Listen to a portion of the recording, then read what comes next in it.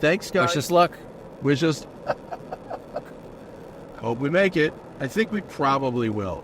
Hello, folks. Welcome to the Smoking Tire Podcast. Today's episode is brought to you, as always, by Off the Record. Off the Record is the #1 service for fighting your tickets. Look, we all get tickets. Good drivers can still get a ticket. Reckless drivers just get bigger tickets. But either way, when you get a ticket, you don't want to deal with it yourself. You don't want to just pay it and hope it goes away, because it won't go away. It'll go on your insurance. It could even affect your employment, certainly your bank account. But Off the Record is here to help. Off the Record is a service national in the U.S. that connects you with a qualified attorney who can fight those tickets pretty much no matter where in the country you got it. They'll assign you an attorney in that jurisdiction. They'll work with the prosecutor. They'll go to court. They'll fight that ticket for you. The goal being to get those points off your record and help you go about your life. So go to offtherecord.com/TST or download the Off the Record app and use code TSTPOD on the Off the Record app. Either of those methods will get you 10% off legal services with Off the Record. Again, that's offtherecord.com/TST or download the app and use code TSTPOD to get 10% off all legal services from our friends at Off the Record. Do it, have it in your pocket, have that app ready to go, and that way if you get pulled over, it's not Panic City. You've got someone in your corner. Off the Record is there for you. Friends don't let friends plead guilty. Let's go with the show. Today on the Smoking Tire Podcast, Zach and I are in the Lucid Sapphire, driving south over the Grapevine Highway, returning from a track day we did in the world's quickest production sedan at Sonoma Raceway. We talk about the Lucid itself. We talk about the amazing range energy truck and trailer rig that we got to sample, some of the other cool stuff we saw up in Sonoma, and we have a bit of a panic attack as we realize we don't have enough battery to get home. It's a fun one. Welcome to the Smoking Tire Podcast. Hey, folks. Welcome to Kettleman City, California. We probably have to leave that fan on high. Hopefully our amazing audio processing software will sort that out, because it is 109 degrees here Fahrenheit. And when you have cameras mounted in the windshield of a car like you do, like we do right now, they will overheat and turn off unless you are blowing, air-conditioned air on them constantly, which we will have to do. So we're wearing mics, and we have some software that does knock out some background noise, but it may not be perfect. Should be pretty good. It should be okay, especially once we are moving. And what I learned about the Lucid Sapphire that we're driving right now, and we'll talk about the car a little more, but the first thing I learned about the car is that it uses the cooling system it's the same cooling system to control the cabin temperature as it is to control the battery temperature while you're charging. So when you go from fast charging in a hot climate to then driving in the hot climate, it takes a bit to kick over from one system to the other, and it also takes some physical motion to get some airflow on the condenser, etc., etc. So maybe as we go along, heading south on the 5 freeway at hopefully a decent clip, we will have a little better air conditioning.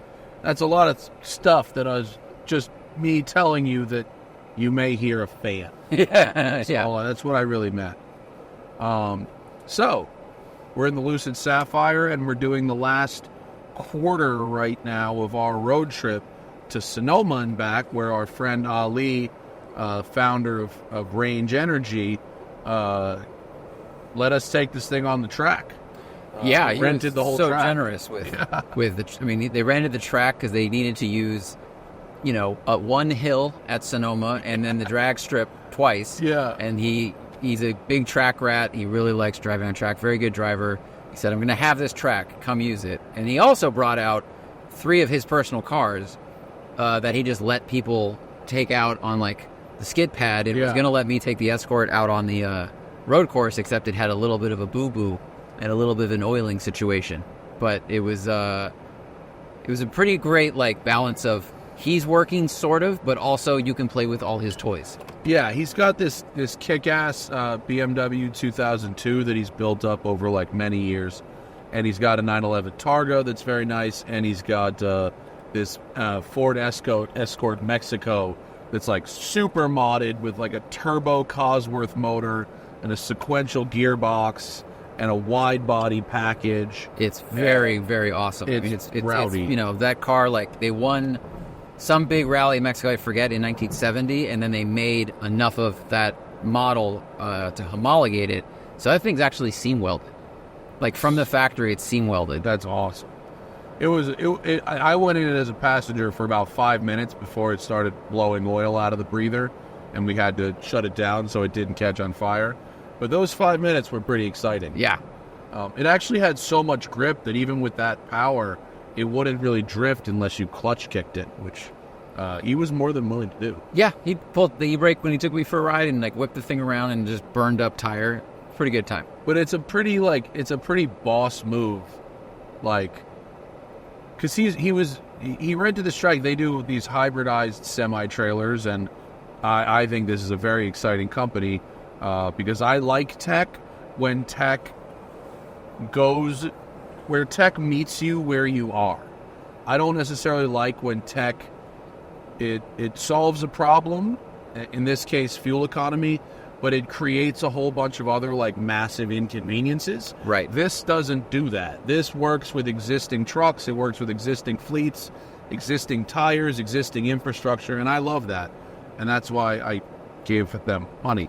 But, well, I didn't give them money, and I also believe it in. It makes a lot of sense just logically, because you're not saying, hey, Walmart, you need to suddenly install all these chargers to charge these Tesla trucks, or another competitor to, like, turn everything over to battery only. Yeah. It's just like keep the truck, keep the trailer, all that stuff. Yeah. And it just bolts on a hybrid system. It's pretty rad. And the efficiency and the power is, we got to go for a ride in the truck up a very steep hill. And it's funny that they're like, they could have used, like, any, like, crappy drag strip, basically.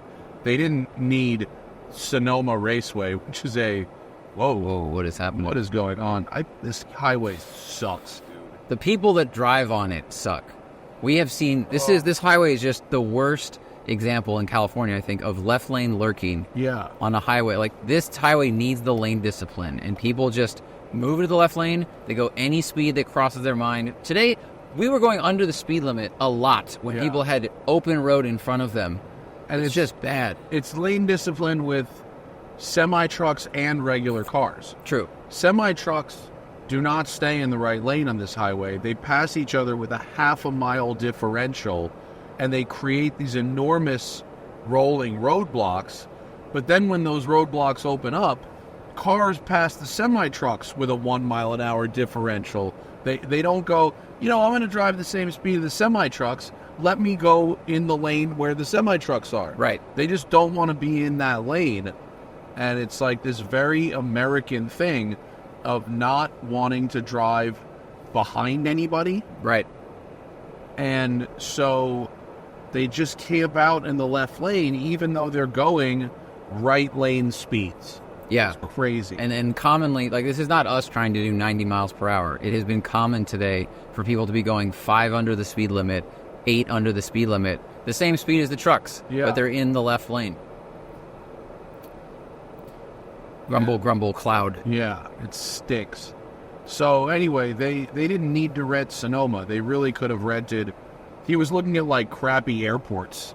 But Ali wanted to have his customers out and some VIPs and some media. And for the same price as whatever the airport was, he could have gotten Sonoma. And hey, track day. Right. And so we went in the semi-truck, which they demonstrated by going up a very steep hill. and we have video of it, and this, it had a 20,000-pound load on the refrigerated truck.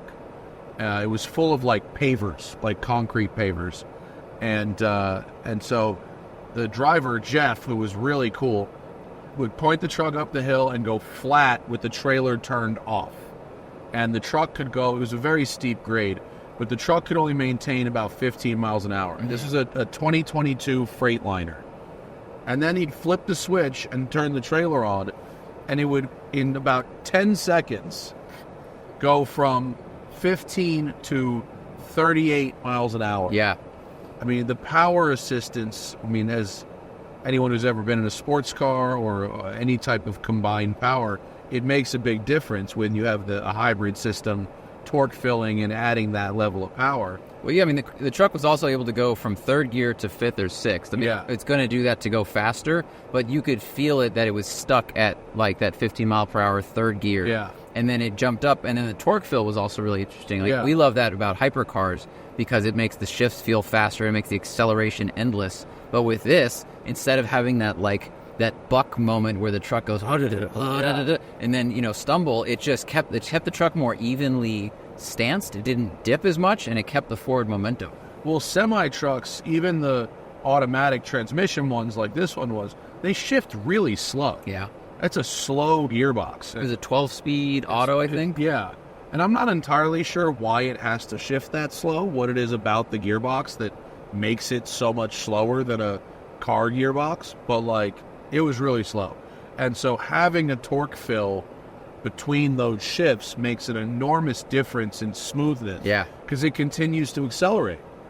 And then they go back down the hill, and with the regenerative braking on the trailer, you don't have to touch the brakes on the truck. So imagine, we have these runaway truck ramps and these big hills, and trucks are overheating their brakes. You ever go down a big hill, you could smell the truck brakes. Imagine a truck that could go down a giant mountain pass without having to touch the brake pedal. So now your brakes are cold, and if you really need to do some kind of emergency stop or whatever, a maneuver, your brakes are ready. They're not smoked, which is amazing. And the trucking people that I talked to yesterday were saying that brake pads and brake drums and brake shoes on trucks is a enormous expense, consumable, not to mention, brake dust isn't good for the environment, so if you can minimize that. Right, hugely carcinogenic, they're finding. And extend the life of brake pads. What are you looking for? That was just this. Oh. So anyway, it was fun. It was really educational, and if you're when you get in the truck, because they've improved fuel economy by like 40-something%. They just did a 250-mile run from Bakersfield to Vegas, and they got 18 miles a gallon and change. And they did a 60-mile run separately, which is like the sort of really optimized. The trailer's the most efficient at 100 miles and under, which is a lot of delivery routes and whatever. So it's the same as a hybrid for city driving is usually better than highway driving. Right. Or like a plug-in hybrid car that has 50 miles of range will use that electricity to help the gas engine for the first like half of the gas tank, and then it will deplete, and then you're just lugging around the battery, right? So this is kind of the same thing. In a 60-mile run, they got 26 miles a gallon. That's what Jeff said. He showed me the output. Oh. So, in a semi-truck, that's crazy. Yeah, that's like F-150 EcoBoost numbers or something else. So it was really cool. And then... isn't that better than a Defender? No, new Defenders better than a lot get 22. Yeah, it's better than a lot of SUVs. And then they ran it down the quarter mile because Sonoma has the drag strip. And it was 39 seconds at 39 miles an hour with the trailer turned off, and 29 seconds at 55 miles an hour with the trailer turned on. So much more power. And it's a really incredible addition. Yeah. And so in the real world, that means that these trucks can accelerate to highway speeds in the length of the highway on-ramp. So you don't have that truck that's merging onto the freeway at 30 miles an hour. Right. And it actually, like, you can actually see when it goes by, like, you can see, oh, that looks fast. Like, it looks faster than a semi-truck. Well, and then we did a fun little race, which we're not going to spoil, but it'll be in the Lucid video or maybe standalone social video. But, I mean, we have a drag strip. Yeah. No one else was using it. No one stepped up to the challenge, Matt. And we said, we will drag race this semi-truck. Yeah.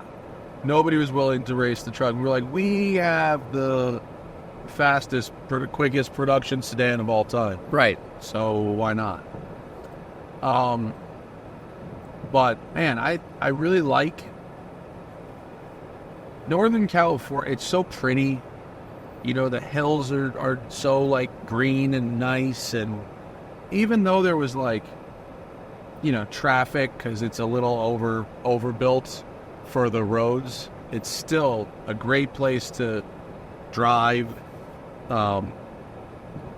And we actually, up until just right now, had several good charging experiences at Electrify America. We did, but I mean, even this one wasn't that bad. I think we waited for 10 minutes. Mm-hmm. But I mean, hindsight is always easier. So when we got there, we were the 5th car in line. Yeah. And and there were 10 charging spots, maybe 9. Yeah. So we definitely could have been stuck there for 30, 35 minutes waiting. So it went quickly, thankfully.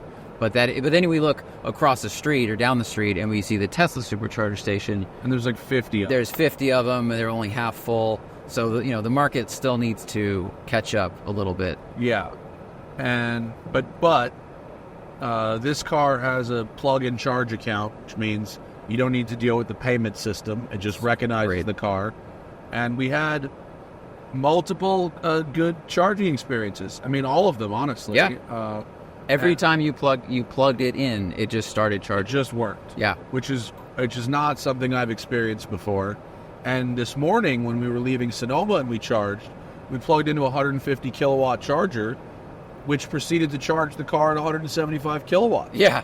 I've never seen a charger overperform its own rating before, which is pretty wild. And correct me if I'm wrong, but this morning there were 4 chargers in that parking lot, and and one of the other ones was also occupied. So it wasn't like we were the only car.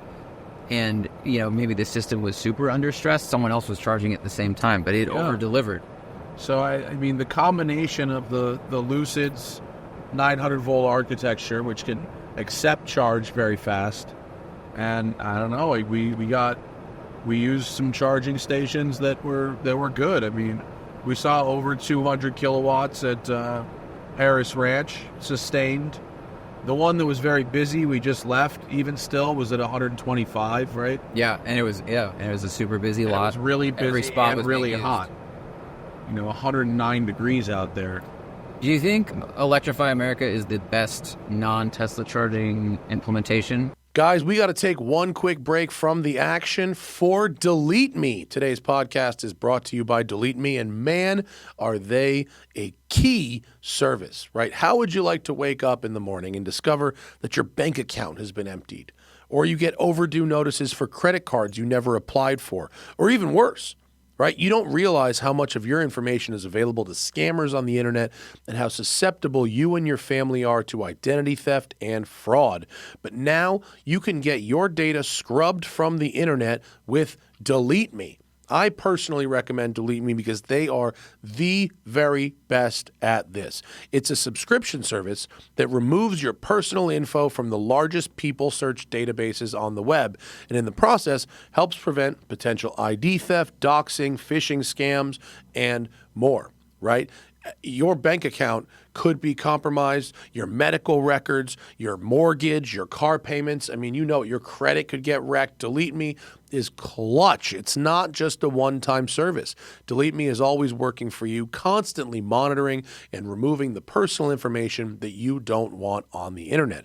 To put it simply, DeleteMe does all the hard work of wiping you and your family's personal info off the web. Data brokers absolutely hate DeleteMe. When you sign up, DeleteMe immediately goes to work scrubbing all your personal information from data broker platforms, and your personal profile is no longer theirs to sell. So take control of your data and keep your private life private by signing up for DeleteMe, now at a special discount for our listeners. Today, you can get 20% off your DeleteMe plan when you go to joindeleteme.com/tire and then use promo code TIRE at checkout. That's joindeleteme.com/tire and enter code TIRE at checkout. That's the only way to get 20% off. Joindeleteme.com/tire and then code TIRE. And thank you to DeleteMe for sponsoring this week's shows. Do you think Electrify America is the best non-Tesla charging implementation? I mean, there's like EVgo, ChargePoint, all these other ones. Probably. It's the biggest. And I was talking to Ali about it this morning, and he said that most of the chargers that we went to are second generation charging units. So like the one we just plugged into, that's a second generation unit. The one that's like the ring, the glowy ring. Oh, yeah. Yeah. So those are the second gen ones. And he said their like communication, their ability to communicate not only with the car, but with Electrify America and that kind of stuff, that is much better than before. So there still aren't enough. But and the ones that are there aren't perfect, but I would say in general, like this road trip went better than any other electric road trip I've taken in the past. I think when we did the Arizona road trip in your Mach-E, we had to change chargers a couple of times because like we went to a gas station and there were 8 chargers and one didn't work, and then the third one worked. Yeah, it was pretty seamless. It was. And this car, it's got a really big battery pack, so you can go further than other cars. You can do, a legitimate 300 miles at proper highway speeds with that air-conditioned seats running, with air conditioning, massage seats, with all the screens that fold bright. I mean, we were using as much power as you can, probably. Yeah. Short of doing track work. I mean, we did that yesterday, but for highway driving, this is about as hard as it gets unless we were climbing a hill, and the range is pretty good. Yeah, on the track is a different story. You'll see the track review, so we don't need to talk about the dynamics of the car on track here, but it used about 5% battery per lap. Well, yeah, we started with 100 and we got down to 21, I think. Well, 15? After finishing the car-to-car shots, I was at 11. Oh, right. Yeah. Okay. Yeah. It was about 5% a lap. It's energy has to come from somewhere, right? It's also weird for those of you watching the video version of this. The passenger seat does not get as low as the driver's seat, and so I feel like I'm kind of sitting on top of it here. It's a little strange. I feel almost like a little exposed, like makes me look fatter than I am because I'm higher than you. Yeah, totally. It makes you look much taller than me also. Yeah. And when I switched to that seat this morning, I thought, why does this feel so weird? I'm hitting all the buttons and it just doesn't drop as low. I'm sure there's a control box under there or a blower motor or something, but it's really noticeable. It's really weird. Yeah, it might just be that they made it more of a priority to give the driver more ability to be comfortable, and the passenger, they didn't. That happens a lot with a lot of cars at a lot of price points where they prioritize my CarPlay is connected, where they prioritize the comfort of the driver. Mm-hmm. But what is interesting is that for a car like this, which is really optimized for handling and doesn't have any super fancy suspension tricks, it does handle super well on the track, as you'll see in the video, and it rides really, really well on the highway. Yeah, I mean, even though this thing is stiffer than the other Lucids we've driven, and by He didn't have the spring rate numbers, but some of the other things are about 27% stiffer.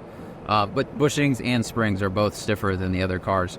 It's still, like, I have not wished for it to be softer on our drive. Even in Los Angeles, where the roads are the roads, it's totally fine. It rides like a luxury performance sedan. Like, I want one to ride.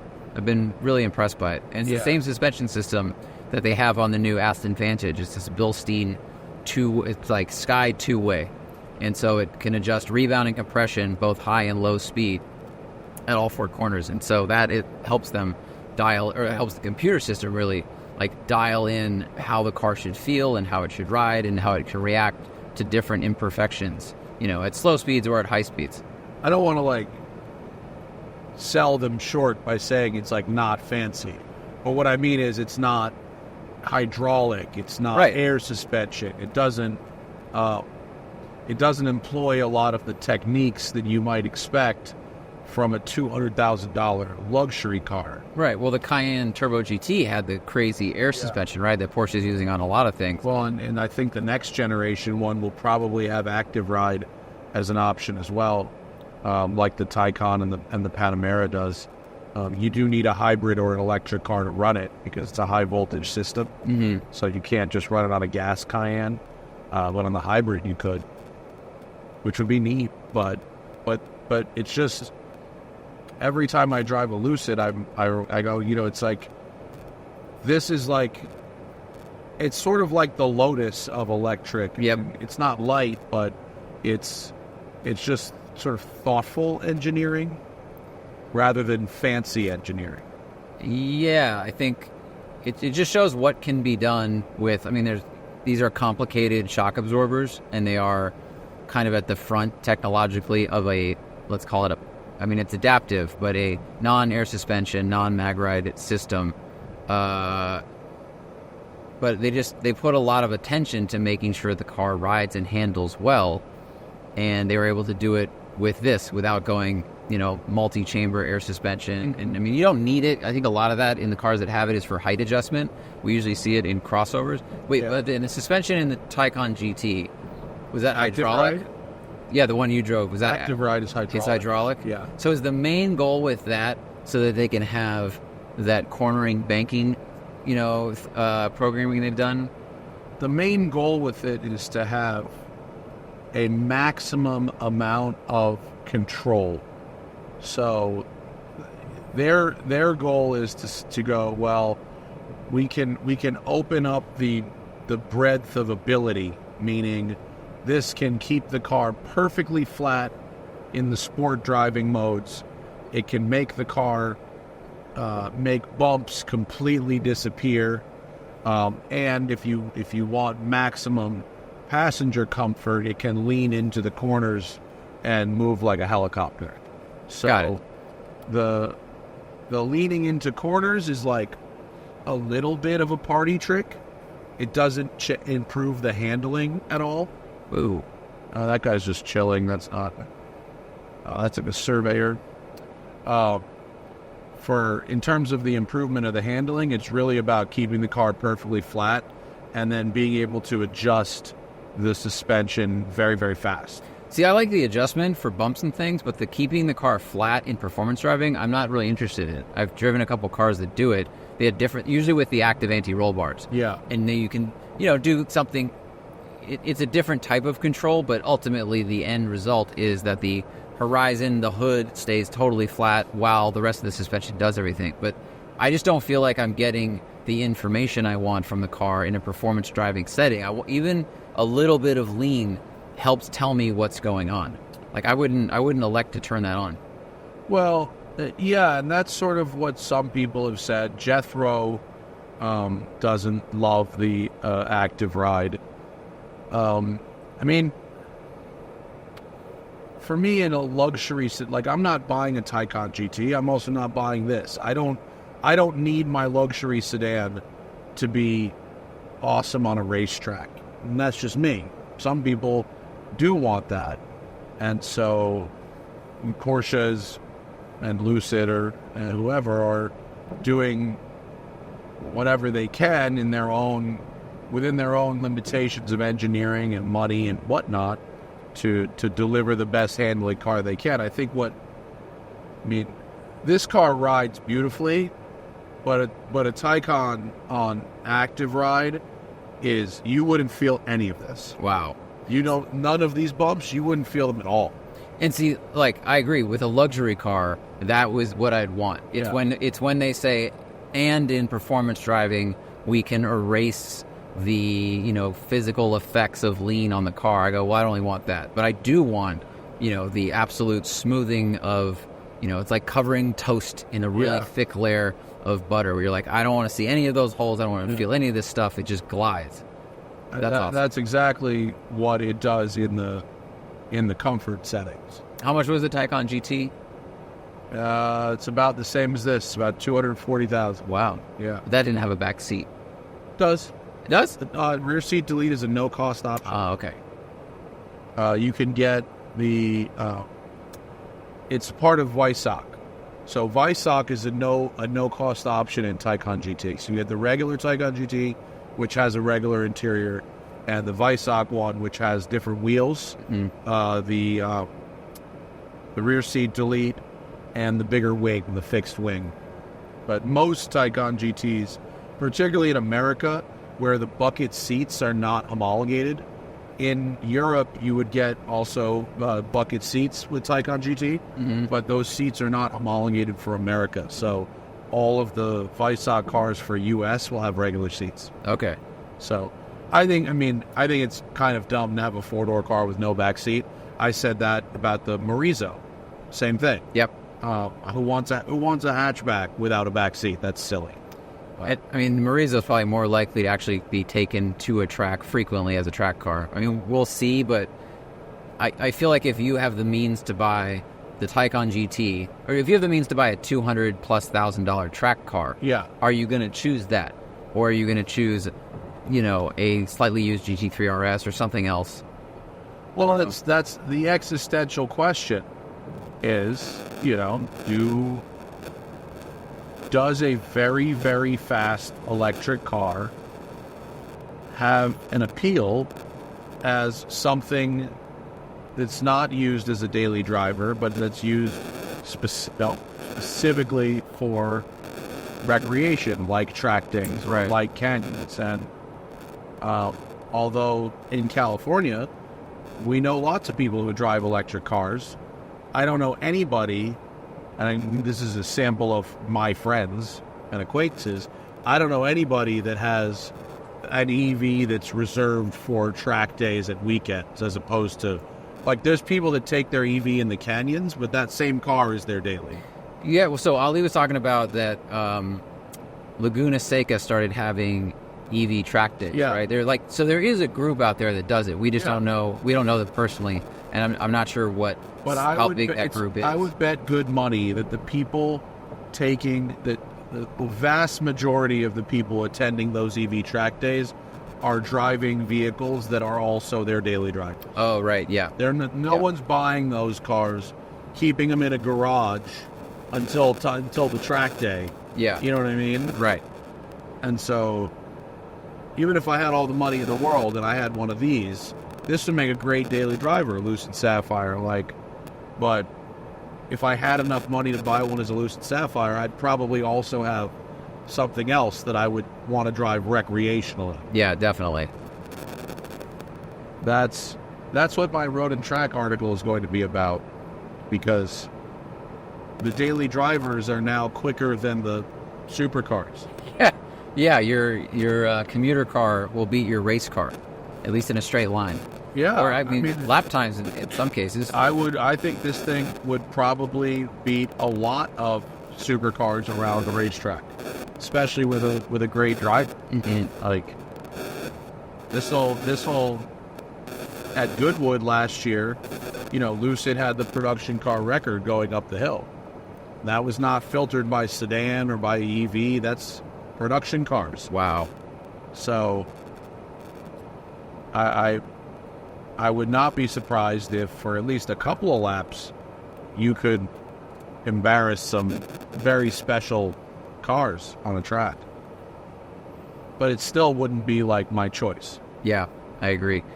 Because, like, I was very excited to drive this on the track, and we've driven a number of fun EVs in the last month. The Ioniq 5N, Macan EV, but I started our track morning.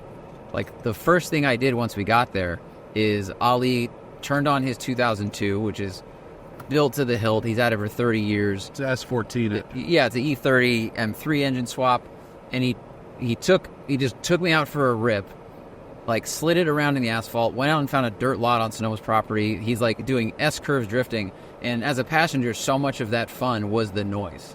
Yeah. And then we did it again in the Escort, and then by the time I got in this car, which, you know, you can watch the video to see how it performed and everything, but obviously something that was lacking was sound. We didn't even have any fake noises turned on. Yeah.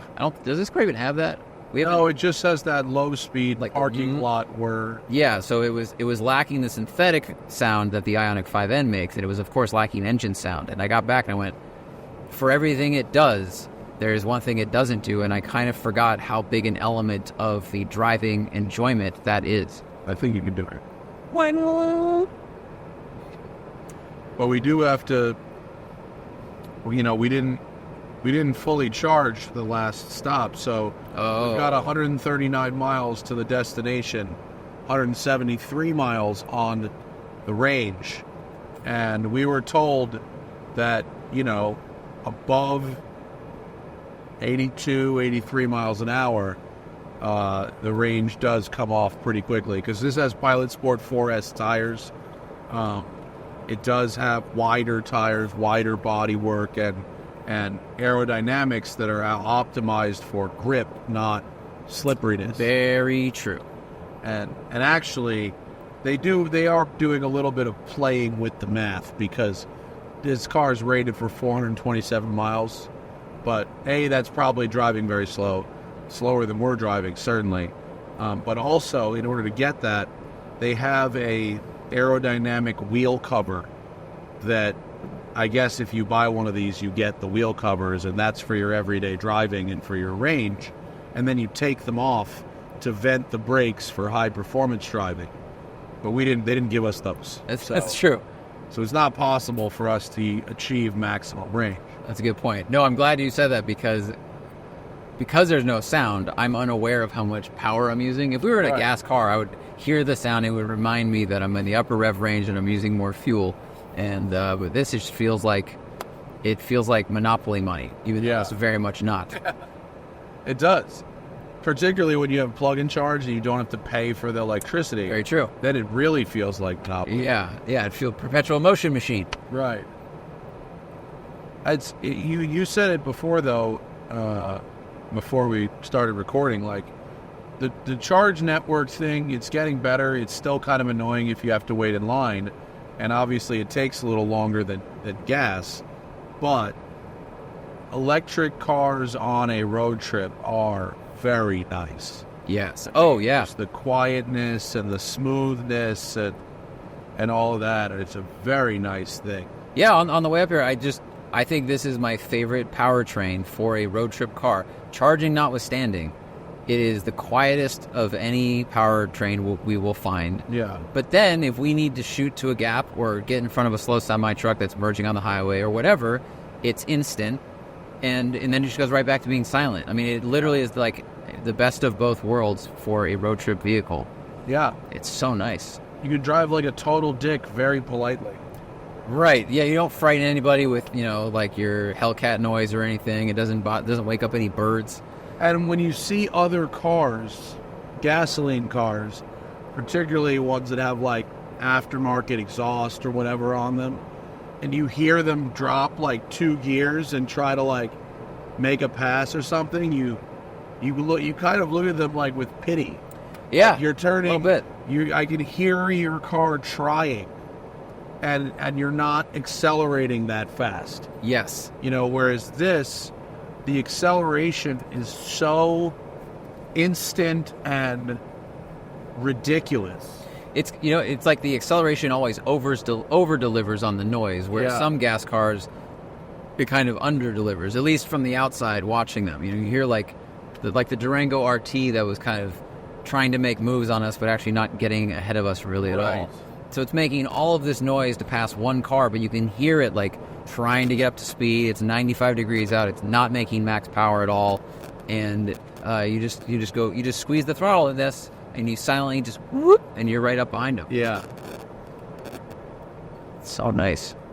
Here's we're passing Button Willow Raceway at Lerdo Highway. That is Building a new thing. Is this part of their property? I think they own something over here. I don't know. I think they're building a new track on the other side of the road, right? Oh, really? Yeah. Oh, that looks like a gas station shaped building. There are cars running at Button Willow right now.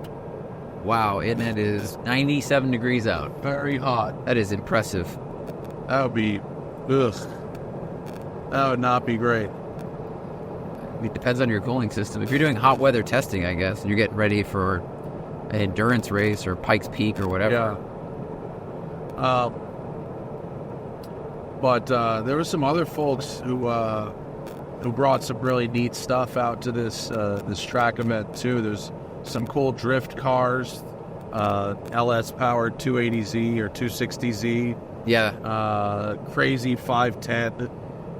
You mean crazy? Like, let's paint the picture a little bit. This guy, he built it, I think, 15 years ago as a drift car, and now it's full-time attack. Yeah. So it's about 700 horsepower, naturally aspirated. It's got individual throttle bodies with the trumpets sticking out of the hood, gold trumpets. The car is like it looks like it used to be white, and then someone attacked it with a Brillo pad, but it has all of this carbon, like very flat carbon panels, front splitter and rear splitter bolted to it. These weird squared off like fender flares on the front, tons of holes in it for venting heat and stuff. And I mean, of course, it sounds so angry. Yeah. And the tires are like 315 front, 325. They're huge. Yeah, they're too big for the car, but in a good way. Yeah, huge slicks. That was very Very cool. meaty.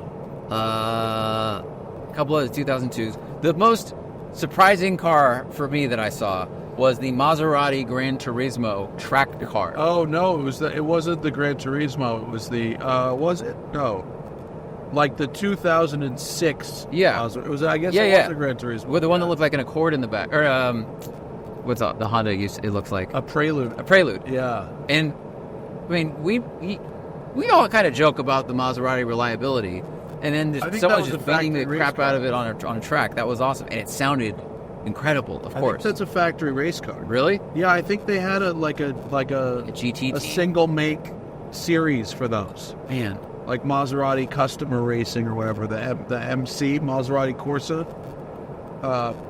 It did sound nice. It sounded That so was good. cool. That's what they do. Yeah, the guy brought out a Pista Challenge car. Yes. Pretty cool 488 Challenge. That was neat. Good stuff. Someone had a 328D, like the wagon that they were ripping Oh, around. that's fun. What else was in the street car run group? Because they separated the groups. They had competition cars in one group. there was, and like, they had a street couple cars. like Evos, and it was a Honda Fit with what looked like maybe a K24 swap or something. It was pretty cool, but the Lucid could get by everything. It was not a problem for the Lucid to pass everybody on the straightaways. Yeah, Lane Skelton of Driving While Awesome and Brad Wood, and who also now works for Range Energy. He was out there with his Boxster, and he told me that I don't remember who. Someone jumped in with him, I think a coworker, and they'd never been on a racetrack, and they said, "I get a little bit car sick, so don't." He's like, "All right, I won't go crazy." And the way he's telling you, he's like, "Dude, I'm 4 corners in, and then both Lucids like run up behind me and are like pressuring me to go faster, and I gotta like move out of the way for these." He said it as if we were the assholes that barged into his library and then started playing heavy metal. It was because we were doing car to car with another Lucid Sapphire that was being driven by one of their like lead chassis engineers, who's a really good driver, and we just stormed up behind Lane and like scared his passengers. Great. Yeah, I like the car to car. It's a good time, but what sometimes, we've in the past I've had like chassis engineers or like hot shoe kind of racing drivers drive the other cars, and like they don't understand that, like, they're filming my car, so, like, they don't need to drift the camera car. Like, that's not part of what we need right now. Right. Like, I wonder if you'll be able to tell in the video that he was doing that. His slides were really subtle. Yeah. I mean, I was riding with him so I could, like, direct on walkie, but, you know, in the car he was adding, like, 15 degrees of wheel on some of those turns, but I think the slides will look really small. It was just like a 4-wheel slide, but that was pretty cool. But then you did, you know, well, people will see in the video. I did a couple You did a of couple. big ones. Yeah. I did a couple of big ones. Which you know, given the opportunity, you would want to do. Absolutely. It is interesting though when, you know, when sliding electric cars, controlling wheel speed becomes quite difficult. You don't have a tack, you don't have the sound of an engine, and so how do you manage wheel speed properly? And I think you learned when you were successfully doing slides in the skid pad with this. You actually don't want to put it in maximum, like, attack mode, because Right. it makes the throttle very sensitive. Yeah, I was driving it on the track in 1,000 horsepower mode for like 2 laps just to see. And then I went right over to the skid pad and I didn't change it. I forgot to think about it at all. And it was definitely like, it was like a dimmer switch that suddenly clicks, you know, once you go past too far with the throttle. And so it was like, all of a sudden it would add way too much wheel speed. And then I looped it out a couple times. And I also, that aside, like a single corner slide, you know, you get into it and it's just kind of like a nice all-wheel drive car, but the transition thing, you feel the front motor is getting confused. Yeah. Or the front motor and then the torque split getting a little confused, and it would kind of pull it in strange ways, so that was a little bit challenging. Yeah, it's happy to do a slide. It's not, you don't want all-wheel drive for doing those type of transitions back and forth. It just makes your life harder at whatever the algorithm is for, because what they said was when you go into track mode and you turn traction control fully off, it doesn't really go fully off. It goes off to the point where you can do a slide, but the systems, they said, wouldn't really work if you just like were off. Yeah, well, John, he went a little deeper on that with me, and it's basically trying to mimic a limited slip differential and figure out how much throttle you actually need. Right. Because if it just went like to full linear control, your foot, because the rear motors can go, well, all the motors can go up to 200 miles per hour. Yeah. So that, you know, if we're doing a third gear slide, okay, let's say your right foot controls from 40 to 70 miles per hour. Now your right foot controls 0 to 200. Right. So it's trying to figure out how much speed do you really need to get slip or to grip up, and then where does that torque and power need to go? You know, left side, right side, front or back. So there's still a little bit of that going on. It's not going to cut throttle when the wheels start to spin. It understands you want that, but it's trying to help you, I think, not just spin off into a wall or just sit still but smoking the tires. Well, that's, you know, we've talked about it before with Ioniq, but that's what happened with Ken Block and that Hunatron thing. Yeah. The first gen Hunatron, when he was doing the Vegas shoot, and this is Ken we're talking about, this is a phenomenal driver, he had a lot of trouble managing his wheel speed with a single gear. And so Audi put in a synthetic gearbox like the Ioniq 5N has, and it made it much easier to drive. That's right. And that's precisely because having that gear with a red line does limit your wheel speed to a certain, whatever the desirable number is. So, you know, in the throttle position, you know, like you said, you know, 500 RPM would be 30 and 6,000 RPM might be 70. And so you're not getting that 200 mile an hour wheel speed, like as if you could just spin the tires in any gear. Yeah. I think I found 150 mile per hour wheel speed at one point when I was like, I think I got it. And I suddenly did the quickest 180 I've ever done in my entire life. I went, oh, I'm facing this way. Yeah. Well, that's what John, the chassis engineer, said. He said, you know, with this car, if you can with the kind of power it makes, you could really vaporize the tires fast. Yeah. You know, really fast. Which I believe that's because, I mean, you could, it's just got so much power and torque. And it's heavy.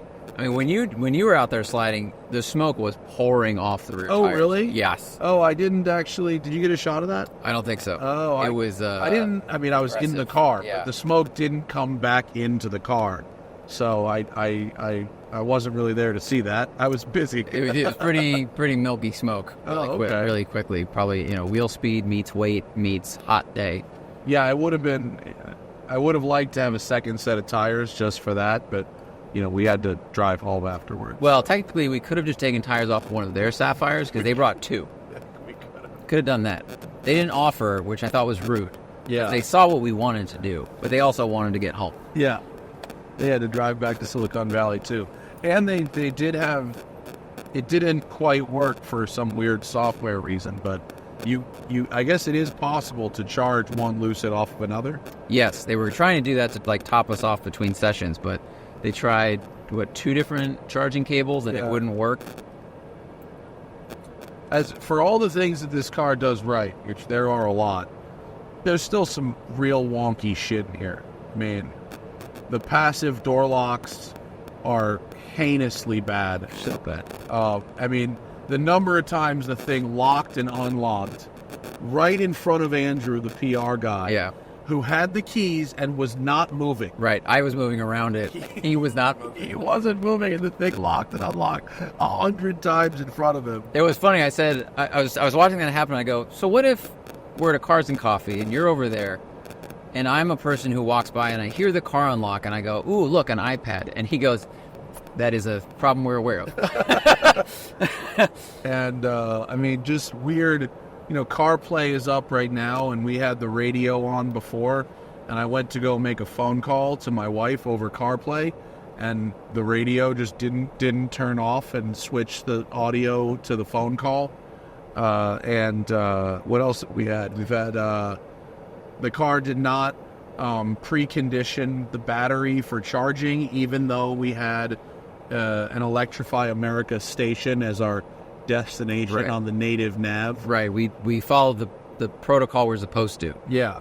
And then also, speaking of native nav, we entered the address of Range Energy on the way up. We didn't type in Range Energy. We typed in the address, and it brought us to a place, and it said, you have arrived, and we were on a road that did not have the name of the road we'd entered, Yeah. and we were about 2.5 miles away from our destination. So Yeah. it's not that it took us to a different... We were going to Jefferson Street, Yeah. and it took us to Jefferson Road. And it wasn't like it was West Way off. Jefferson or Nope. East Jefferson. Nope. We put in Jefferson, and it took us to Smith Street. Right. And it was like, you're here. Yeah. Which, It also said there was a quality in there. Oh, wait, there was. I think there right. did end up being a quality in Okay. there. Yes. Yeah, I but- got that mixed up. but, the address was way off. Luckily, it was only 2 miles off, but that could have been. Yeah, It could have been I a mean- bigger problem. Yeah, it wasn't something... I haven't had... I mean, when was the last time you had a GPS do anything like that? Not this decade. Yeah, Or no. last decade. Not ever since I stopped using Apple Maps and just switched to Google or Waze. I mean, I've not seen that in a long time. I do have to say, our range on the car versus our time distance to destination, it's getting a little closer together. It is. I We had slowed about down. 50 mile an hour cushion, 50 50 mile mile cushion, and now we have a 23 mile cushion. That's not great. It's not great. I did slow down after you mentioned something. Yeah. That was about, 10 minutes in, maybe? Yeah. I'll turn off my cooled seat, I guess. I don't think, no, you don't need to do that. I'm not going to do that. It's hot outside, but I wish if we could, I we're think using... we probably should keep it under 80. Yeah. I'm using the Radar Cruise, and maybe it needs an efficiency mode where it just really tailgates. Yeah. It could get right up behind, like 2 feet off this Yeah. F-150. Can I put that to draft? Yeah. What were you saying? That's what I meant. Oh, that. Yeah. The Um, draft mode. I'm going to put my massage seat on, though. I don't care if it uses energy.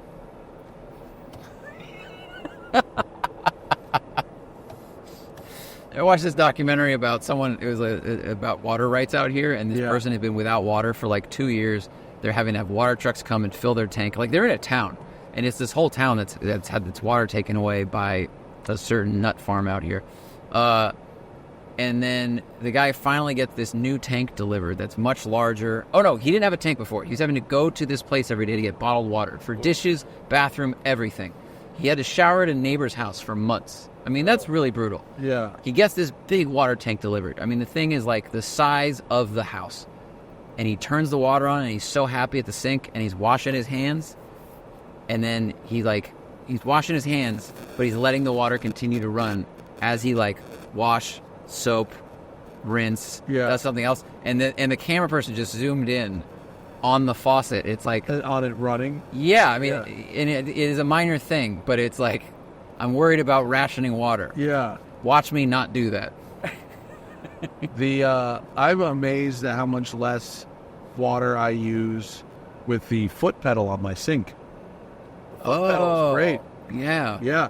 The foot pedal. I mean, because as I'm washing dishes, like when there isn't a dish under there, the water's not running.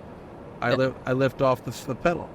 I wonder what that is, and I understand it, that if you're washing dishes in the sink and you use the normal faucet, we don't want to turn it off with our hand and then get another thing and then turn it back on, and our hands are wet or whatever, but the foot, especially you're so used to driving cars, it's just... Yeah, the pedal's there. It's like a sewing machine, right? It's great. Is that what they do? Uh-huh. Precise control? Mm-hmm. That is a great thing. And I can sort of tell that I use a little less water for everything because of that. Oh. It's just on a little bit less because of that. Wasn't it also not crazy expensive? I think you told me it was a few $100s. It was very affordable. That seems so worth it. There's two different kinds of pedal systems. One is super expensive and one is very affordable. The super expensive one has two pedals, one for hot and one for cold. Oh. The one that I have just is the throttle for whatever the lever is set at. So it's just a flow. That's the so one. Genius. But it doesn't matter. It's still great. Yeah. Yeah. I wouldn't. I really like it. I would not spend the money on the super expensive one, but the one I had was ace. Of course, that whole spiel about me saving water is offset by the fact that I now have a fucking pool. So. But wait, if you have the expensive system with the hot and cold, what if you want warm? Do you have to then use both feet? Maybe. Hurt yourself on your heels? Yeah, I have heel toe. I heel toe the pedal. I don't know. I think it'd fall over backwards. I've never. No, they're not that you're far full apart. throttle the whole They're time. next to each other. You could hit both with one foot. Okay. Yeah.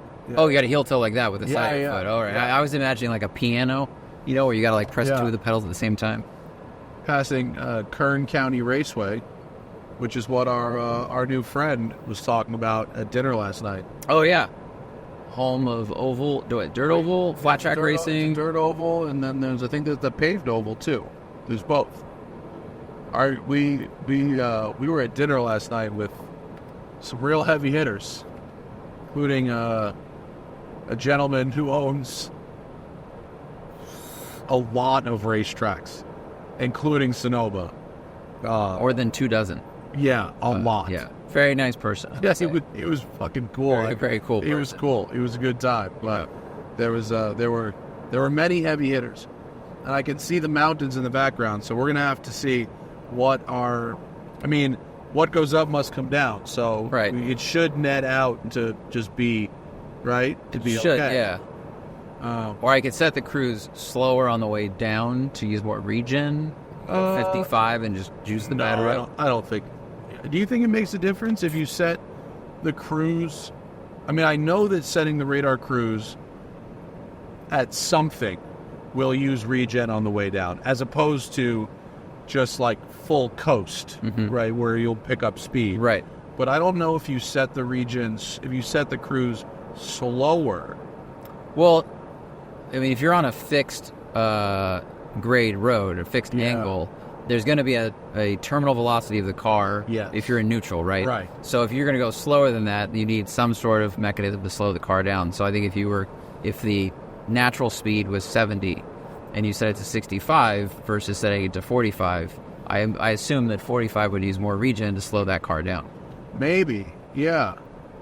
But I don't know what the part that generates the energy is based on the amount of braking force that it's doing, or the amount of, or like a rotational speed? You know what I mean? You mean using caliper versus regen?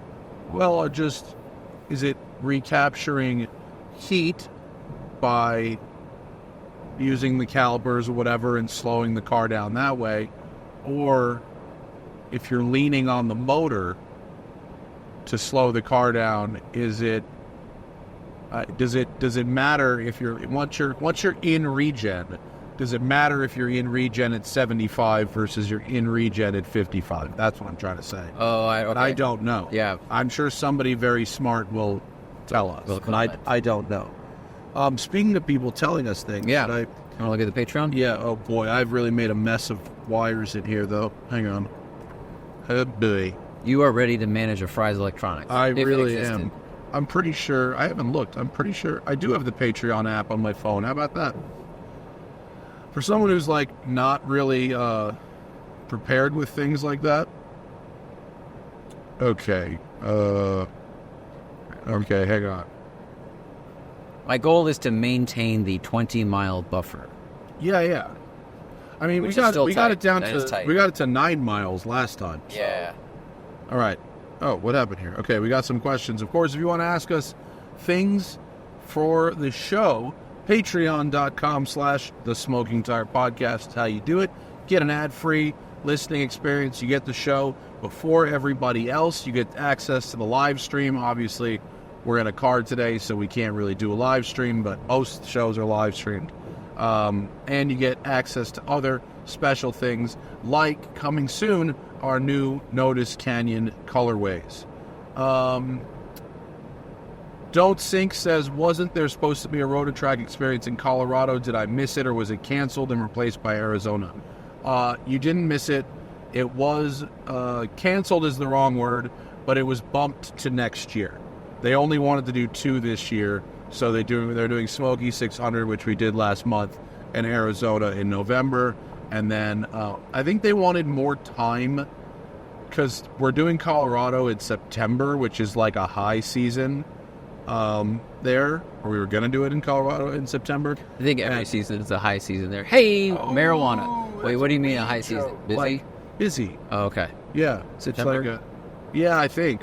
And I think they wanted more time to get a better hotel deal going. Something like that. You didn't miss it. It got moved to next year.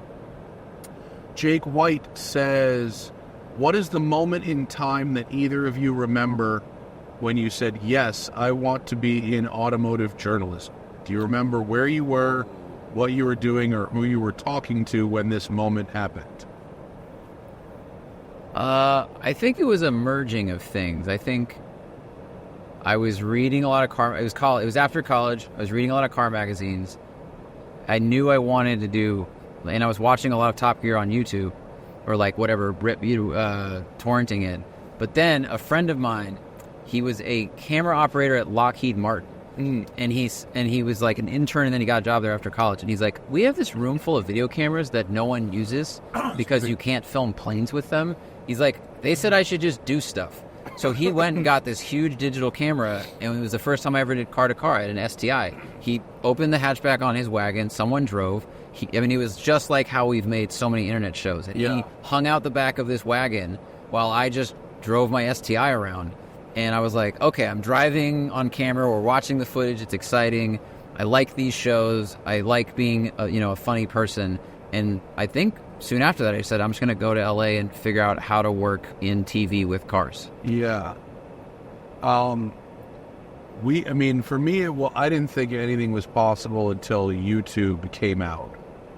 And then, because we were watching Top Gear torrented from wherever we got it, BitTorrent, what was the website? Final Gear?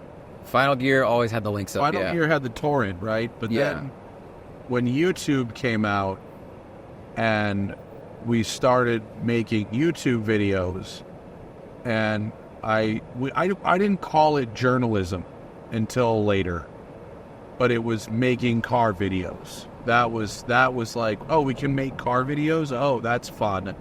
And then it wasn't until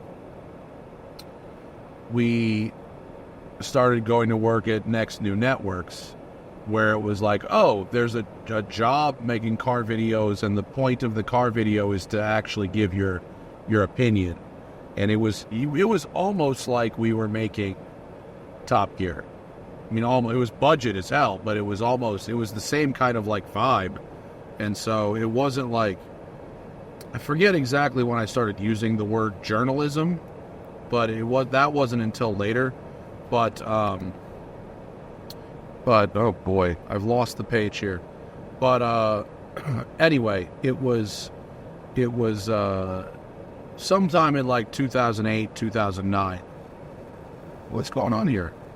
Have I lost service? No. Okay, wait, there we go. Hang on. Sorry, I found it. My phone like closed, and I barely had enough service to reopen it again. Okay. Alejandro says, favorite I-5 stops between LA and San Francisco.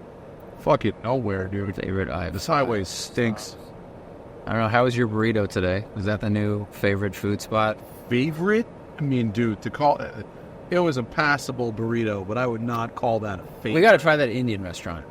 Apparently there's an yeah. Indian restaurant with like a lot of good Google reviews. Favorite stop? I don't know. Whatever's the quickest, honestly. Yeah. I'd rather not drive this way. If I'm ever driving to San Francisco Bay Area for recreation and not just work, I will take the 101 because there's things to see and people, and there's fewer trucks and, whatever. Temps tend to be lower too. Temps are lower, it's more pleasant, but it's a pretty long drive to Sonoma, especially when you factor in the extra hour or so for charging, then it becomes super annoying, and the time all of a sudden really matters. We're now down to an 18 mile an hour. I know. differential. I slowed down to 74. That's great. It's 102 miles to go and an 18 mile an hour differential. Sloppy Toppy 5000, still I think my favorite username. Akio Toyota. Oh, that's a new username. We talked about that. We got that from the Ryan show. And you said this should be I said someone should make that their username, and someone has. Shout out to them. Do we need to adjust our climate somehow? You still have a cool seat run. I do. At full strength, man. I turned mine off. Do we need to cut some kind of power? I don't know. I mean, our temps are at. If we could turn off the screens, the screens run pretty hot. We've got our temps at 68. We'll go to 71. I will not go under the speed limit until we absolutely have to, and I won't do that until it's too late. Dude, yeah. Okay. Sloppy Toppy 5000 says, Akio Toyota recently rolled a rally car on its roof while testing and displayed the ruined car in front of a new R&D facility in Japan. Yeah. That's what they're for. Jim Farley said he won't do anything behind the wheel of a race car that could risk his safety. But is there any other auto exec willing to roll a car like that? I think that you're creating a false equivalence. I don't think Akio Toyota wanted to roll the fucking car.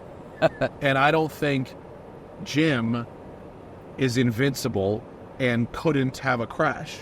Jim races vintage cars. He absolutely could have a crash. Yeah, cars roll over Yeah. on road courses plenty of times. I think he doesn't want to go race maybe in a situation that he perceives to be more dangerous. But I mean, Jim and Akio Toyota are the two car executives that I can think of that enjoy racing. I don't know any other ones offhand. It doesn't mean they don't exist, but I don't. Yeah, same. I mean, Bob Lutz famously has that picture standing next to a rolled Opel with a cigar.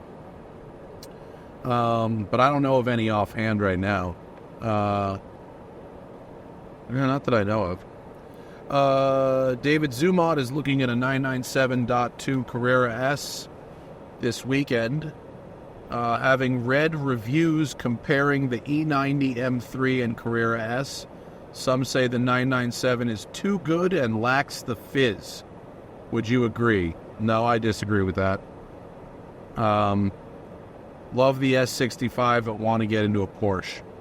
I mean, no, I don't think it lacks the fizz. I think it's a very nice car.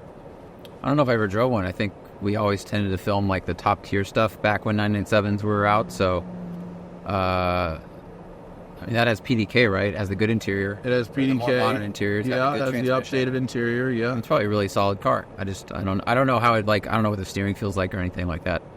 I mean, it's funny when those types of contemporary reviews, you could understand why people still say that stuff about Porsches. They're too good. But like, with the benefit of hindsight, that car is now 18 years old or whatever. It's a beautiful car to drive. It's the right size. It's naturally aspirated. Yep. It's got a gearbox. I mean, it's the best automatic gearbox of that period. I think it's a very fun car, and compared to an E90 M3, again, benefit of hindsight, I'd rather have the Porsche personally. I mean, I think this person should try to Turo one of each because the E90 is not a perfect automobile. Well, he's got one now. Oh, he has an E90? He drives an E90 now. Oh, he drives it now. He's thinking of trading it. Yeah. Switching up. Okay.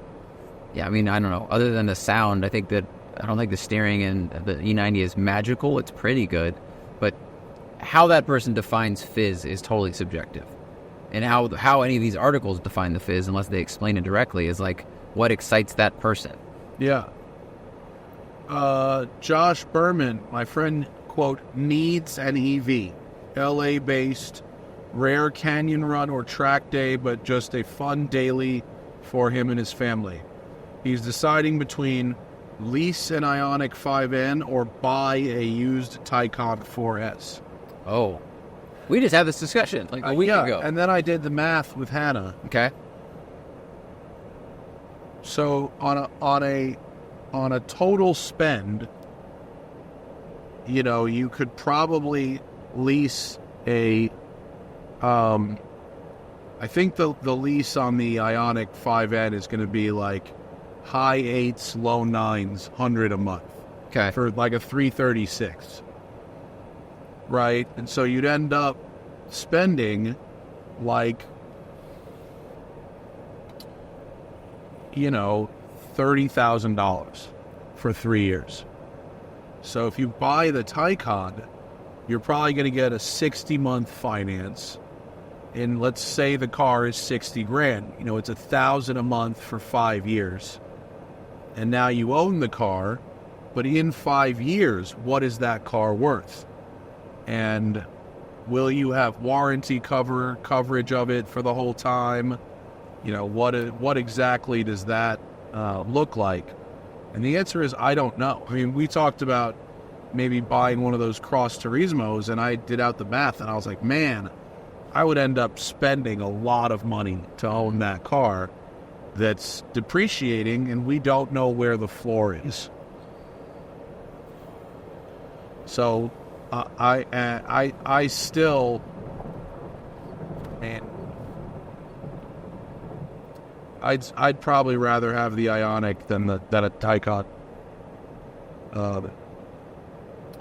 Siamese sports cat enthusiast. Top 3 historic cars you'd love to have a go in.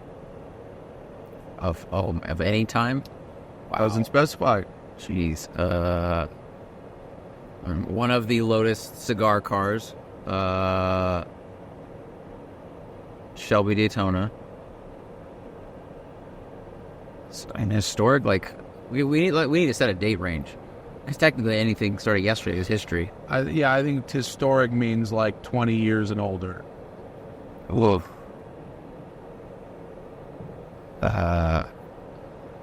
Colin McRae rally car. I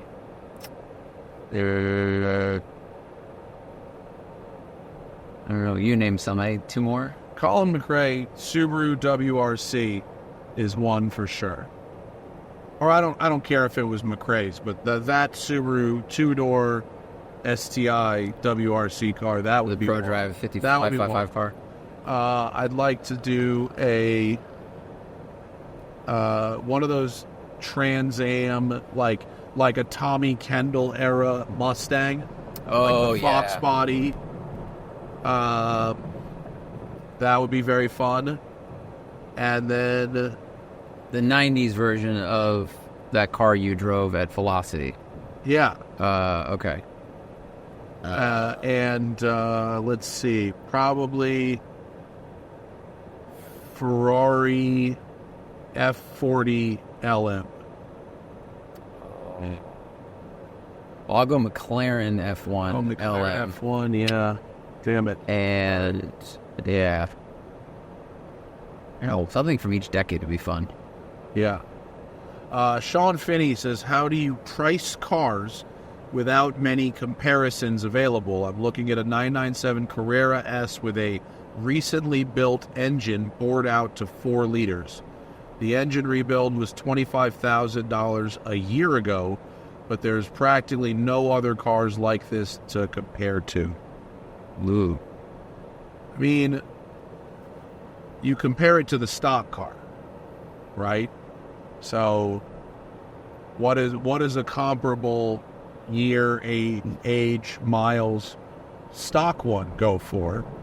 And, you know, if someone did a $25K engine rebuild, it certainly doesn't add $25K to the value of the car. No. It also depends on who did that rebuild. Right. I mean, if it was me, I'd say you could look at, you'd give them half for the engine. Maybe it adds 10. But yeah, I mean, that's sort of the problem with a tuner car or a modified car, is it does sort of eliminate the opportunity for comps. Yeah, and also, you know, we have to figure out how complicated is the engine. Can you take it to other places to get other work done? Do you only have to go to that specific shop that built it? Does it require, like your car, require special fuel additives? Does this new engine complicate the life you'll have with the car, or is it just punched out? It runs fine. Like, you know, does the builder have a reputation for building cars that basically feel OEM reliable? You need to look at all of those things, because there could be complications down the way that are much harder to address because of this hot-rodded car. I mean, I'm all for the modifications. That shit's super fun. The punch-out engines are always really exciting. You just need to make sure you are ready to deal with that. I think those are all valid points, but they don't necessarily answer the question of how someone who might buy that car prices it. That's very true. I did not answer that question because I don't know how to answer that question without knowing more information about who built it. Yeah. So, you know, to me, it's more like that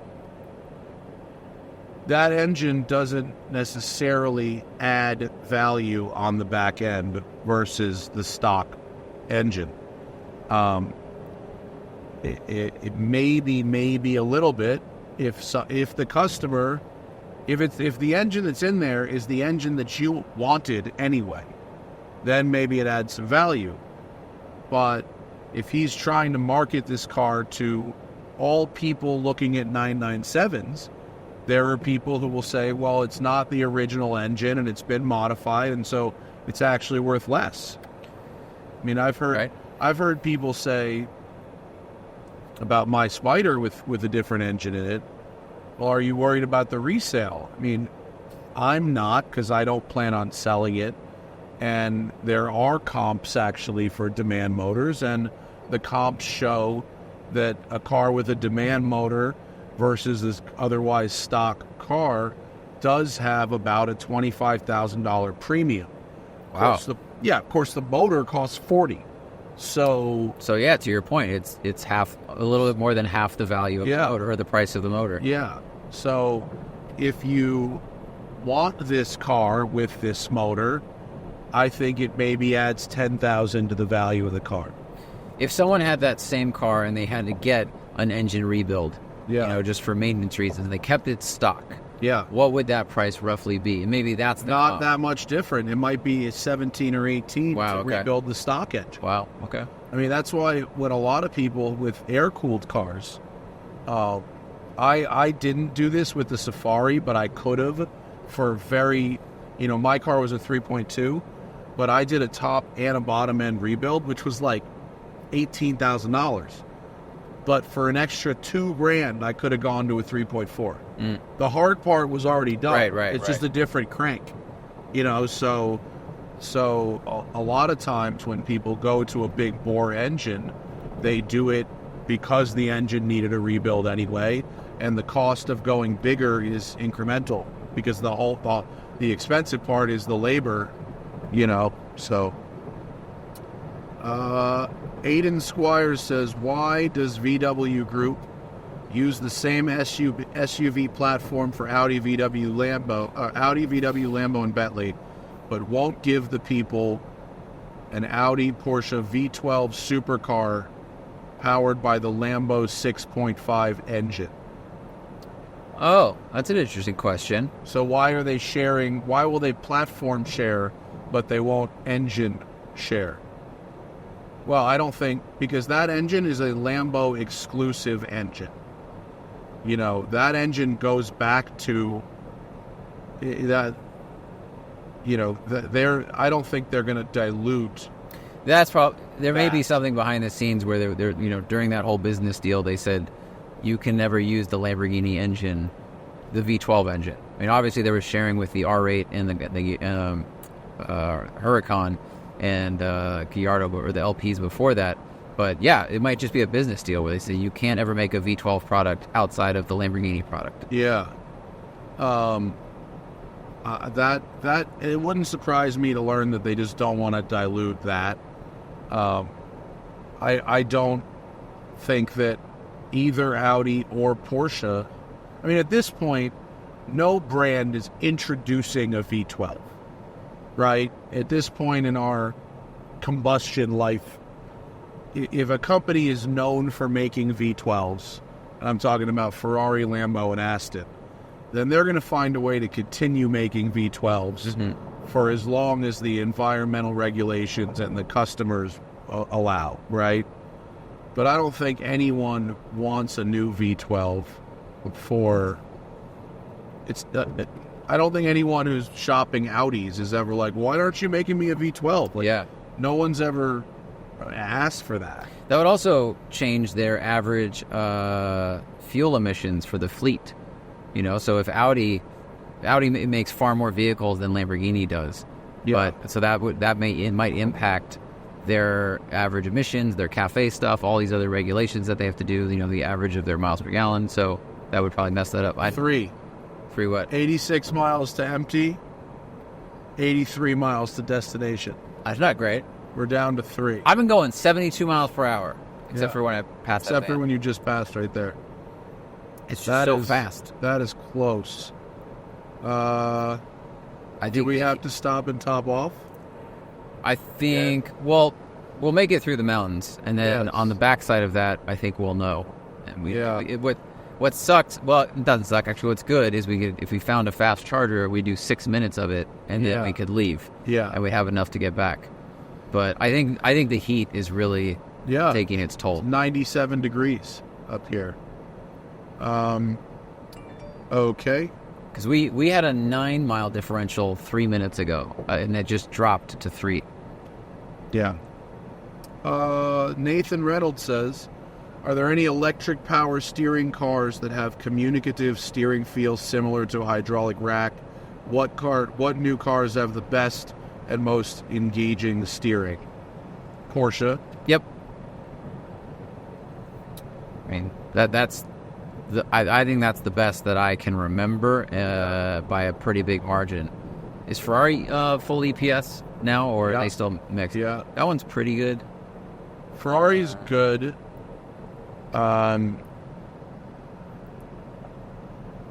Porsches are bad. They're so far ahead. Yeah. Is the Nissan Nismo Z? I think the Nismo Z might actually be up there. That has a great steering rack. But to me, everybody's behind Porsche. This car has pretty good steering feel, I think. It's really good until you start actually like What else out of the road? It's really good until you start like sliding and stuff, and then it's only okay. Yeah, and then it gets kind of weird. But I think that might have more to do with the all-wheel drive system than the steering itself. James Cowley, when is it time to leave a mechanic when he goes to jail? Ooh. I just got my air-cooled Volkswagen back, but the bill was double the amount we discussed. The total rewire I took it in for took 27 hours instead of the quoted 12 to 15. While doing a routine oil change, they found that a machine screw had gone through the engine. Yikes. Oh. They're the only...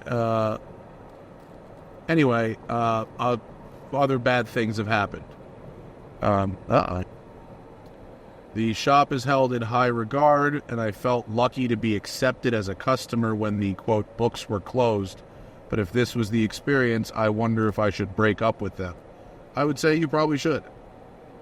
I mean, the question is, like, are you willing to have the difficult conversation with them?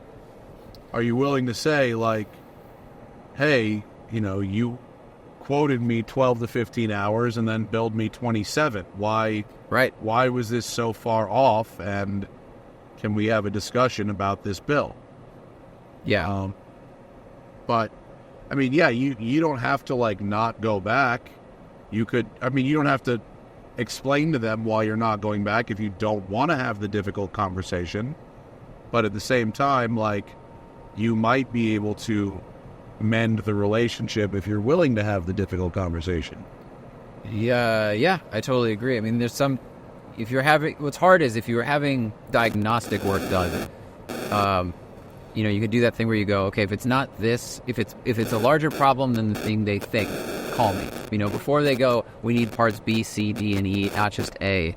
They'll usually hit you up and say, are you okay with that price? Are you okay with what this will cost? But if this was the same issue, but it just got billed for double the amount of time he's expecting, then yeah, I think you should ask them why that is. Because it's not like the scope of the job increased, unless there's a bigger mess that you're not putting in the question. Yeah. Ted Theo Logan says, Matt, has anyone ever questioned your fun car color choices by talking about your color blindness? Yes, all the time. That's usually what people say. That's the most common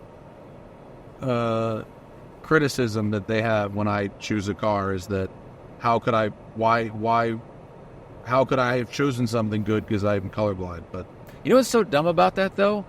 Like, even if your color blindness allows you to see these colors the same as everybody else, yeah, then you can choose. Like, they're going, well, then it's okay.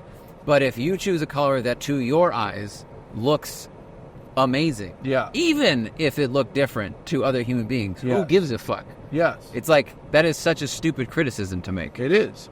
And that's why I no longer criticize people's color choices and shit in their cars, because if they're happy, then I'm happy, and I don't give a fuck. Well, we are now substantially under our allotted range. Hey, man, I didn't make the hill. It's, I know, we're going uphill. How many Steven, miles till we go downhill? I don't know. It's an important question. I don't know. Okay. We'll see. It's got to be like 50. Should I just pause this and look at where the next Electrify America range is? Let's just Should we use the onboard? We'll use the onboard. Okay. For the listeners, I am now going 49 miles per hour. But we are climbing what's called the Grapevine in California. I think this goes up to like 4,000 feet, 3,800 feet. A lot of up and down. Can it find the shop? Nope. Okay. Let's see.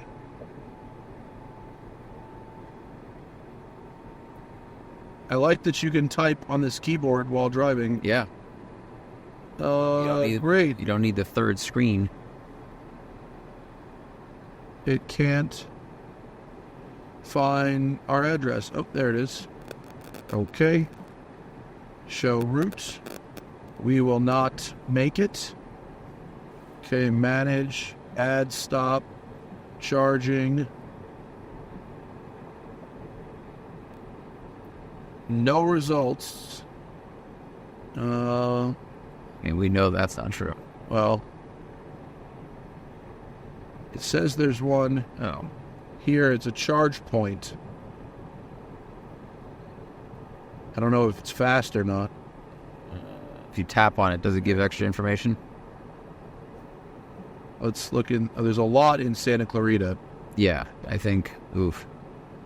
How far is that? 30 miles away. How far is this one? 34 miles? I think we can make that. Okay. Let's Add stop. All right. add stop. Yep. All right. We're gonna use that and find a charger. Follow the highway. Okay. Steven has a gripe. He says, I can't believe you forgot the Focus RS when someone was looking for a US. Don't stop saying USDM. American. It's an American car. USDM. We're not in Japan. USDM all-wheel drive car. Did you really hate it so much that you forgot about it? Also, the seats are not that bad. I have a set in my Escape, and I'm 300 pounds. Listen, couple things. One, yeah, okay, I forgot it, and I didn't like it. It's not a great car, and you're not the same size and shape as me. And did you literally take the seats out of a Focus RS and put them in your Escape? If you did, they're probably not in exactly the same angle and exactly the same shape, in the exact same position relative to the floor and the pedals. And if you did, that's also kind of strange.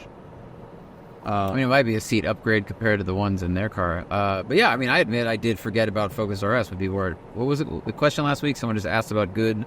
We were just talking about all-wheel drive prevalence, right? Drive car. Yeah, we just forgot about it. Yeah. Yeah, and it wasn't that good. It was not a great car. Shouldn't have bought it in the first place. Joshua says, are there any websites that focus on cars that are imported from Europe? No, not really. But like most of the importers that I know, like, can also...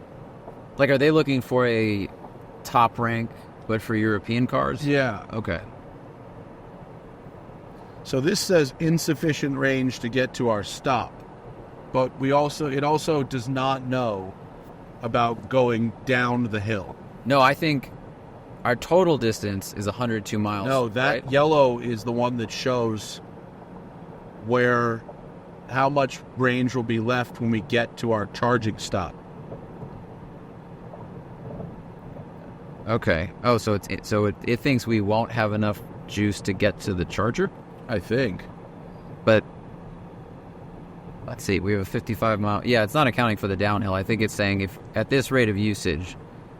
That's what I think. Yeah, I think if we were climbing for 30 miles, we would definitely be walking. But we're nearing the summit. And then Are we? Yeah, but then it's up and down. Remember, it's Yeah. like it's a roller coaster for a little while. As long as this is getting way closer than we expected. Like we set off from our last charging stop, we had 55-mile cushion. Yeah. Okay. Now wait, there is a charger here. Charge point one, right? Yeah.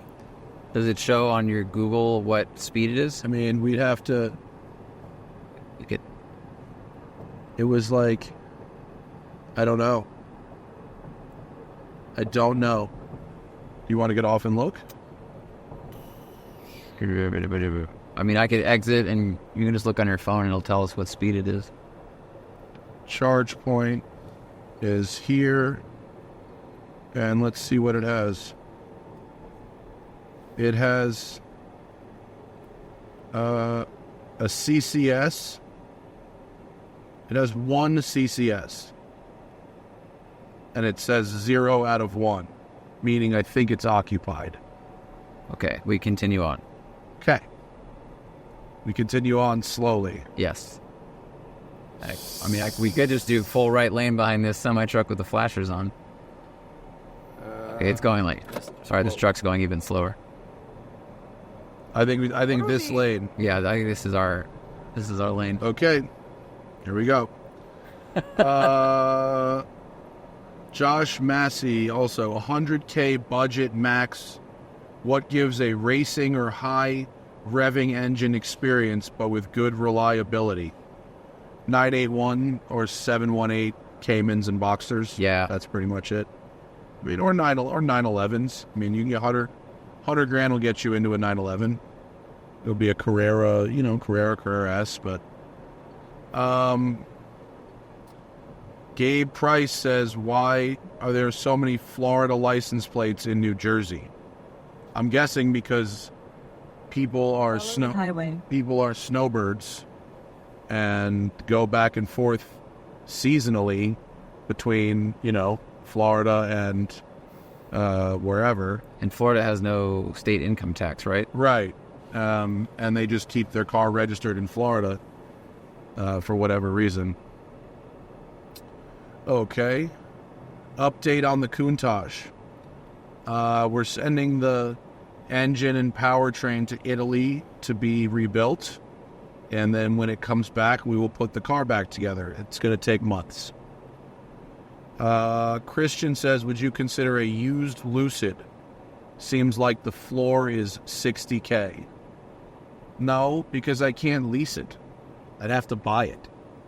The appeal of electric cars, of all new daily driver type cars to me, is the lease, which is a tax-deductible business expense, and buying isn't that.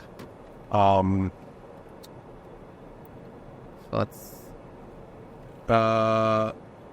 Rosenbaum says... Does this little thing, when that goes left, that means it's using regen, right? Yeah. Okay.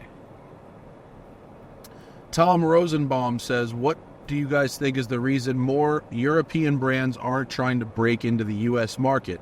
Alpha had a 20-year hiatus, and it's been about 30 years since a French automaker did it. Well, Americans don't like French cars. That's why they don't have any French cars here. The Renault was like a huge, and Peugeot were huge fails. And I think it's very hard to break into the U.S. market with a brand that U.S. buyers are not familiar with. And those brands that aren't here are not perceived as... I mean, Alpha rides the line because it's an enthusiast brand, a sporty brand, but it is a premium brand. But like Renault, Peugeot, Seat, these are not luxury brands. They're not exciting, really, either. Yeah. And no disrespect to them, but I think Alpha has lived on this reputation for a long time of being sexy sports car maker. They had some racing history a long time ago. They're like an Italian Lotus, and people still stay excited about them enough, and a lot of them are pretty enough that we, keep giving them second, third, fourth, fifth chances in terms of reliability. But Peugeot and Renault are like, they're making commuter cars, right? And those need to work all the time. The parts need to be available, et cetera, et cetera. So I think, and now the market is, saturated. There's so many car companies. And there are more, not more coming in. Well, now you have Rivian that popped up. You have other American competitors that popped up. So I think it would be really hard for them to crack into it. Yeah. I think you can go 65. It's 32 miles to the charge station. And we have 48 miles of range. Let's see if we keep chart. We're using power now. It's right on the line. It is right on the line. But we're 32 miles, and it says 48 miles, and it's mostly downhill. I think we will make it. Okay. To the charge station. Yes. Not all the way back. Right. We'll make that. Yeah. Okay. Right. There was two more questions. Oh, no. No, that was it. All right. Well, that is our podcast. We will we will update you if we make it or don't make it to the charger. Right. But if we die in the desert, enjoy this final Smoking Tire podcast. right. This kind of stuff is the stressful part of an EV. The math isn't exact. You know, we left with a 50-mile cushion for the whole trip, and we now are now having to have to make an unscheduled stop. The car didn't do that math for us. The car didn't say it's really hot outside. Right. So that would be great if it could read that, to get temperature data and stuff and topography. And I think I went, speeding for a little bit, but not that long. Yeah. Not so much where I would expect to lose all of our cushion so quickly. And another thing, the irony is that when we pulled into the charging station and we were waiting, some of the cars there were at 92%, 93%. And as we know, these cars charge from like 0 to 80 really fast on the right charger and everything. But then the last 10, 20% can sometimes take longer than that first 80%. And I theorized, I wonder if it's actually quicker to charge to 80, continue driving, stop and charge to 80, than just sit there and wait for that last 10% or 20%. I think Kyle Connor told us that it was. It's quicker. It's better to just charge, go. More stops, and in that that's right. Fast charging rate. Yeah, he did say that. And so now that's what we did, but we didn't top off quite long enough, and now it leads to a little bit of stress and an extra stop. Yeah, we felt like we had enough cushion, and there was a long line of people waiting for the chargers, and we wanted to go. We've gained 2 miles of range. Okay. And we're doing 65 gently downhill, so that's good.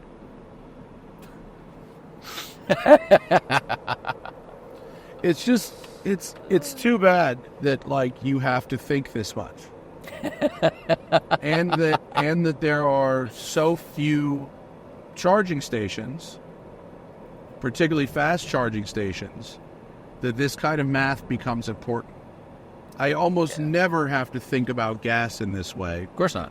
And thinking about range is, in my opinion, the wrong metric. We should be thinking about efficiency, miles per kilowatt hour, which is, who's building the most efficient electric car, not who's stuffing the biggest battery into their electric car. I think that is something Lucid had over Tesla as well. They were slightly more efficient, but when the car is this heavy, this powerful, all this weight, it probably removes, it could be more efficient using their technology, their packaging, and maybe with a little bit less luxury, a little bit less power, it would weigh 500 or 1,000 pounds less and then go even further. Yeah. Put some really narrow tires on this thing. Well, the Sapphire is less efficient than the Grand Touring, right? Because it's got these tires and this wheel package and whatnot. We have gone the last. Look, now it says we'll have 2 miles of range at stop. That is not enough. Well, but here it's saying it's 27 miles to the stop. Right? Didn't it do this 2 days ago as well? We were driving to the hotel, and the distance to the hotel was 17. We had 49 miles of range, but then it said you might not make it, or it was going to be really low. The math wasn't accurate at all. It didn't add up. 1 + 1 = 4. Exactly. It was weird. And so, but I just, it's such a bad, the lack of infrastructure means that we all have to focus on the wrong thing. How often are we talking about cars, gas cars, and how often are we talking about the size of the fuel tank? Only when it's so small that it becomes annoying. And the rest of the time, it doesn't matter. Or if it's so big, it's too expensive to fill the whole thing. Right. But most of the time, it doesn't matter because you're talking about miles per gallon and not miles per tank, because filling up with gas is fast and there's plenty of places to do it. Mm-hmm. But with electric, we can't think about miles per kilowatt hour, which is the measure of efficiency, because it's so stressful and inconvenient to charge away from home, Yeah. Having said that, the downhill is helping us, and it's now showing we'll have 4 miles when we get to the stop. When it gets to, it's 92 degrees outside, and when we get down to 10 miles of range, it will kill the AC. Yeah. And it will still be 90 degrees out when we get to the valley. Yeah. This exact thing has happened to me before in a Lucid. Really? When me and Marco went to Pearl Jam in Phoenix, and we did a charge, we were trying to make it. We left Phoenix with a full charge, and we didn't want to stop in Palm Springs. We wanted to get to the Morongo Casino, which is just about 20 miles west of Palm Springs, closer to LA, right? And what is that? Is it a parachuter? I think someone's got a kite. Oh, it's a kite. Yeah, one of those acrobatic kites. Yeah. They can go left and right. Yeah. A lot of acrobats. Acrobats. We didn't, the car, it said we would have 20 miles of range when we got to the charger, but between Palm Springs to Morongo, it was like a 30 to 40 mile an hour headwind. And it was like every mile was taken off like 3. And we got to the charger with like 3 miles left on the battery. But, at 10, it killed the AC and it was 100 and something degrees. It was. Yeah. Oh, good. More downhill. We're getting passed by semi-trucks and moving trucks. All right. I mean, imagine a 1,200 horsepower car, and we have to sit here below the speed limit in order to make it. Like, I mean, I've done that in performance cars before, and it's stressful no matter what when you start going, oh no, I wish I hadn't accelerated so hard from those 2 stoplights, and just have to nurse something home. But we will make it to the charging station. The charging station is... The question is, will we make it with AC on or not? That's the new goal is to have 11 miles of range left at stop so that we know we could use the AC. Yeah. I'm so comfortable. It's up to 8. It's going the right way. We have a lot of downhill on the back half of this. I wish I could tell what our current elevation is. Does my phone know that? Thought I had an app that did that. I think Google Pins do that. Really? I think so. Where am I? Do we pass? We're at Pyramid Lake, right? This is the last climb before... second to last, okay. Oh, I have lost service. But if I drop a pin, it doesn't matter because I don't have service. Okay. Well then. It doesn't say on here what our elevation is either. Okay. Thanks, guys. Wish us luck. Hope we make it. I think we probably will. But man, is that stressful. It's not my favorite. Turn your fucking air conditioned seat off. It is. It's off. Spin off. Look. Spin off. Oh. It is off, but... And that can't matter. Huh? I'm just fucking with you. Yeah. There's no way that matters that much. Not compared to moving a 5,300-pound car on 295 tires. If any of the Lucid engineers are listening to this, probably are, let us know how much power the massage seats take and the air conditioning seats, and if that affects our problem at all. I'm just curious. Now, should I speed up on the downhill, and then we get some speed to coast up on the back end? How does that work? I don't know if that is...